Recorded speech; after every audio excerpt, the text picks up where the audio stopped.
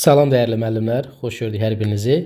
Aprel-may aylarında Naxçıvan şəhərində bildiyimiz kimi sertifikasiya imtahanı keçiriləcək və həmin imtahanda iştirak edən ibtidai sinif müəllimlərinə kömək məqsədi ilə 8-ci hissə ilə qarşınızdayıq. İlk 7 hissə kanalda yerləşdirilib.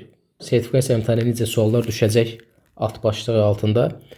Baxmayan müəllimlər mütləq həmin izahları dinləsinlər. Suallarımızın hər biri hər imtahanda istifadə olunan suallar, həm də həmin sualların alternatividir. İndi vaxt itirmədən keçək suallarımızın izahına. Bir albomun qiymətinə 5 dəftər almaq olar. 3 dəftərin qiymətinə 4 qələm almaq olar. 6 albomun qiymətinə neçə qələm almaq olar? Maraqlı sualdır. Biz burada baş hərfləri ilə yazacağıq. Yazırıq 1 albom, yəni 1A bərabərdir 5 dəftər. 5 dəftər. 3 dəftərin qiymətinə isə 4 qələm bərabərdir 4 qələm. Məndən 6 albomun qiymətinə neçə qələm almaq soruşula bilir. Albomdan birbaşa qələmə keçə bilmirəm. Görürəm ki, burada albomla dəftərin əlaqəsini verib. Ona görə mən albomla dəftəri keçəcəm. Sonra dəftərdən də qələm arasında əlaqə yaratmağa çalışacağım. Burada 6 albom var. Deməli, mən bu birincidə 6 albomu yaratmağa çalışıram. Bunun hər tərəfini vururam 6-ya. Olacaq 6 albom bərabərdir. 6 dəfə 5, 30 dəftər. İndi dəyərli müəllimlər, burada ortaq olanlar nədir? Dəftərlər, deyilər. Mən burada da 3 dəftəri nəyə vurmalıyam ki, 30 dəftər alsın, sonra bərabərlik yaradım? 10-a. O 3 dəfə 10, 30 dəftər bərabərdir. Nə qədər eləyir? 40 qələm. Bərabərliyin hər tərəfini eyni bir ədədə vursaq və ya bölsək, ona bərabər ifadə alınır. İndi baxın, diqqətli olun. 6 albom 30 dəftər, 30 dəftər 40 qələm. Deməli, mən bu 30 dəftərin yerinə bu 40 qələmi yazsam, 6 albomun neçə qələmi olduğunu bərabər ola bilərəm. 6 albom 30 dəftərdir. 30 dəftərdə 40 qələm olduğundan, deməli, 6 albom həm də 40 qələmdir. 6 albom bərabərdir 40 qələm. Doğru cavab B variantı. Növbəti ikinci sualımız. Birinci yeşikdən ikinci yeşiyə 5 kiloqram armud qoysaq, yeşiklərdə eyni miqdarda armud olar. Birinci yeşik, ikinci yeşik. Müəllimlərin əsas elədiyi isə 5 kiloqram qoyanda bərabər ol dediyinə görə bunu x üstə gələk 5 götürür. Qətiyyən belə bir şey eləməyin. Yadda saxlayın. Birincidən ikinciyə nə qədər qoyanda bərabər olursa, deməli birincidən ikinciyə həmin o qoyduğumuzun 2 qatı qədər çox var. Bu x üstə gəl 5 yox, x üstə gəl 10 olmalıdır. Niyəsini qeyd edirəm. Çünki buradan 5 çıxanda qalacaq x üstə gəl 5. O çıxdığımız 5 ikincinin üzərinə gəldiyindən burada da olacaq x üstə gəl 5. Və x üstə gəl 5, x üstə gəl 5-ə bərabər olacaq. Davam edirik. İkinci yeşikdən birinciyə 5 kiloqram armud qoysaq, 10 da ikinci yeşikdən birinciyə 5 kiloqram armud qoysaq, buradan x çıx 5 olacaq. Bunun üzərinə də 5 gəlsə, x üstə gəl 10 üstə gəl 5, x üstə gələk 15 eləyəcək. Davam edirik. Qoysaq, birinci yeşikdə, yəni bu x üstə gələk 15-də, ikincidəkindən 3 dəfə çox. X minus 5. Görəndə də baxmaq olur ki, bu bundan 3 dəfə çoxdur. Onda mən azı 3-ə vuracam ki, bərabərliyim ödənsin. X üstə gələk 15 bərabərdir 3x minus 15. 2x bərabərdir 30, x də bərabər 15 daha doğrusu. 15. Bizdən isə ikinci yeşikdə neçə kiloqram armud var idi soruşulur. Elə tapdığımız x ikinci yeşikdə əvvəlcə olan armudun çəkisidir. Doğru cavab C variantı. Üçüncü sualımıza baxırıq. Üçüncü sualda müəllimlər məşhur xalça məsələsidir. Uzunluğu 7 metr, eni 5 metr olan otağın döşəməsinə hər tərəfdən 1 metr yer, boş yer olmaqla palaz sərilmişdir. Palazla örtülmüş sahə nə qədərdir? Necə həll edəcək bunu? Deməli, palazla örtülmüş sahə budur. İndi, baxın müəllimlər, hər tərəfdən 1 metr olmaqla. Biz əvvəlcə bütöv sahəni tapırıq, yəni otağın döşəməsinin sahəsini tapırıq. Gördüyümüz kimi otağın döşəməsi düzbucaqlı formasındadır. Düzbucaqlının sahəsi enin uzuna vurulmasından alınır. 7 vurulsun 5 bərabər 35 kvadrat metr. İndi mən tapmalıyam bu hissənin sahəsini. Bu hissəni necə tapacam? Baxaq. Bu uzunluq 7 metrdir. Buradan 1 metr, buradan 1 metr. Boş yer var. 1, 1, 2, 7-dən 2-ni çıxanda oldu bura 5 metr. Bunu öz oturduğunuz otaqda, tutaq ki, döşəməyə bir xalça sərmişsiniz, hər tərəfdən 1 metr olanda buradan 1, nəticə olaraq 2 metr boşluq qalır. Eləcə də, baxaq, bura 5 metrdirsə, yuxarıdan 1 metr, aşağıdan 1 metr. 1, 1 yuxarıdan. Onda olacaq nə qədər? Burada olacaq 3 metr. Deməli, biz bunun sahəsini tapdıq. 5 vurulsun 3 bərabər 15. Əslində bizdə sahəni soruşur, palazı sahə. 15 kvadrat metr. 15. Biz amma dedik ki, bax, buranın da sahəsini tapa bilərik, dəyərli müəllimlər. Bu da bizdən soruşula bilər. Baxın, buranın sahəsini necə tapacağıq?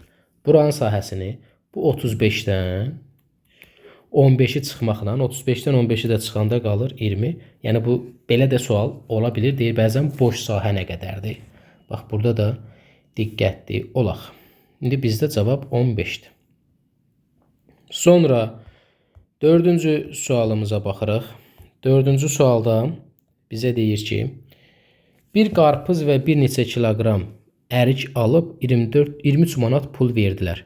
1 kiloqram əriyin qiyməti 3 manat 50 qəpik və qarpıza 2 manat verilmişsə, bir dənə qarpız almışıq. O zaman bu 23 manatdan o bir qarpızın qiymətini çıxıram. Pul məsələləri də çox düşür imtahana. 21 manat. 21 manat. İndi 1 kiloqram əriyin qiyməti isə 3 manat 50 qəpikdir. Burada çox rahat. Bir də müəllimlər, pul məsələlərini işləyəndə çalışın hər zaman 1 manat bərabərdir 100 qəpik çevrilməsini eləyin. Təbii ki, məsələnin indi quruluşundan nə soruşulur, ondan asılıdır. 21 manatımız 2100 qəpikdir və 3 manat 50 qəpiyimiz isə 350 qəpikdir.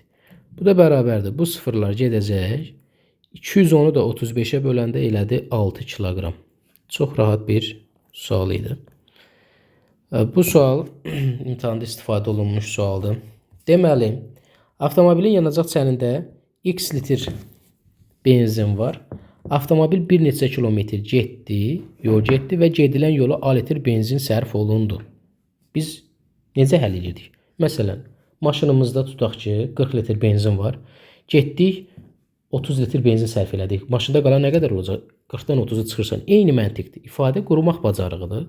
Bu x litr benzindən sərf olunan benzinə çıxırsan. X çıxılsın A. Və səndə əvvəlki benzinin yarısı qədər benzin qaldı. Əvvəl nə qədər benzin vardı? X. Yarısı nə qədər eləyir? X bölü 2. Belə bir cavab yoxdur. Ola da bilərdi. Baxıram ki, indi burada mən nə edəcəm?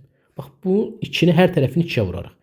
X çıxılsın A, vurulsun 2 bərabər X-ə. Belə bir cavab harada var? C variantı. Və ya kəsr xətti bölmədir. Bu elə bil X bölünsün 2 bərabərdir X minus A. Belə yazdıq. Bölmə 2 bu bir tərəfə keçəndə vurma 2 ilə əvəz olunur. X bərabərdir 2 vurulsun X minus A. Eyni şeydir. Yəni X 2 vurulsun X minusa bərabərliyin sol tərəfində ola bilər, bərabərliyin sağ tərəfində olar.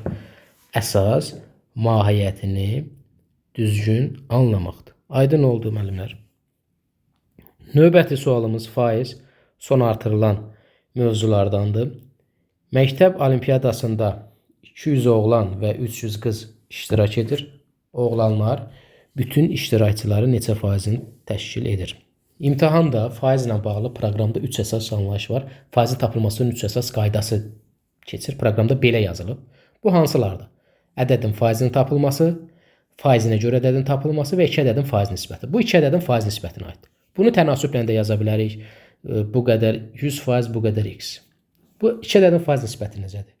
Bir ədəd digərinin neçə faizidir? Oğlanlar qızların neçə faizidir? Oğlanlar bütün iştirakçıların neçə faizidir? Deyəndə birinci böl ikinci vurulsun 100%. Bax, bunu unutmursunuz. İndi 200 oğlan birinci olacaq. Burada indi şərtdə var da, hansının hissəsini deyəndə birincinin. Oğlanlar bütün iştirakçı. Bütün iştirakçılar 200, 300, 500 eləyir. 200'ü bölürsən 500'ə, vurursan 100%. Bu qədər rahat. 200 bölünsün 500, vurulsun 100. Bu 2 dənə 0 gedir. 200'ü də 5'ə böləndə 40%. Doğru cavab elədi A variantı. Gəldi müəllimlər. Hansı suala? Sonuncu sualımıza, bu da son artırılan mövzulardan olan fəza və çevirmə ilə bağlı çox maraqlı bir sualdır.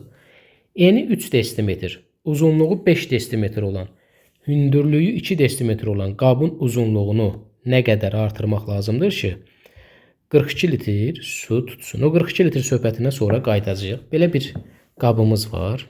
Tutaq ki,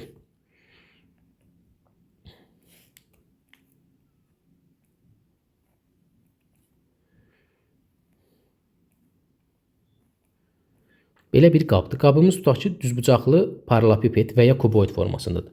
N 3-dür. Uzunluq 5-dir, hündürlük də 2-dir. 42 litr su tutum, burada tutmaq var. Tutum, həcm, bunlar eyni vahiddir. Əvvəlcə həcmini tapacağıq. 5 vurulsun, 3 vurulsun, 2. Bu elədi nə qədər? 30 kub desimetr. Dəyərli müəllimlər, çevirmədən də bilirik ki, 1 kub desimetrimiz bərabərdir 1 litr. Amma məndə 42 litr. Deməli, mən 42 kub desimetr eləməliyəm də bunu. 42 kub desimetr olması üçün özdə hansı hissənin uzunluğu, yəni 5-i nə qədər artırmalıdır? Deməli, digər iki ölçünü bir-birinə vuraram.